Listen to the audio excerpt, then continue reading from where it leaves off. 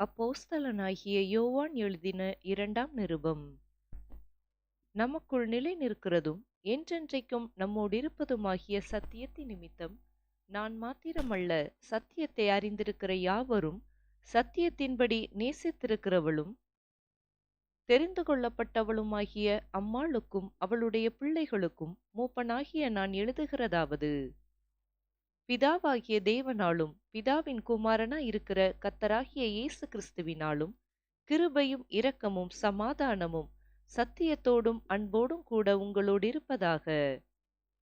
பிதாவினால் நாம் பெற்ற கற்பனையின்படியே உம்முடைய பிள்ளைகளில் சிலர் சத்தியத்திலே நடக்கிறதை நான் கண்டு மிகவும் சந்தோஷப்பட்டேன். இப்பொழுதும் அம்மாளே, நாம் ஒருவரிலொருவர் அன்பு கூற வேண்டுமென்று உமக்கு புதிய கற்பனையாக எழுதாமல் ஆதி முதல் நமக்கு உண்டாயிருக்கிற கற்பனையாக எழுதி உம்மை வேண்டிக் கொள்ளுகிறேன். நாம் அவருடைய கற்பனைகளின்படி நடப்பதே அன்பு. நீங்கள் ஆதி முதல் கேட்டிருக்கிறபடி நடந்து கொள்ள வேண்டிய கற்பனை இதுவே. மாம்சத்தில் வந்த இயேசு கிறிஸ்துவை அறிக்கை பண்ணாத அநேக வஞ்சகர் உலகத்திலே தோன்றியிருக்கிறார்கள். இப்படிப்பட்டவனே வஞ்சகனும் அந்தி கிறிஸ்துவுமாயிருக்கிறான்.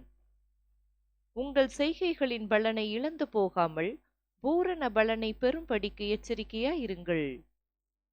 கிறிஸ்துவின் உபதேசத்திலே நிலைத்திராமல் மீறி நடக்கிற எவனும் தேவனை உடையவன் அல்ல.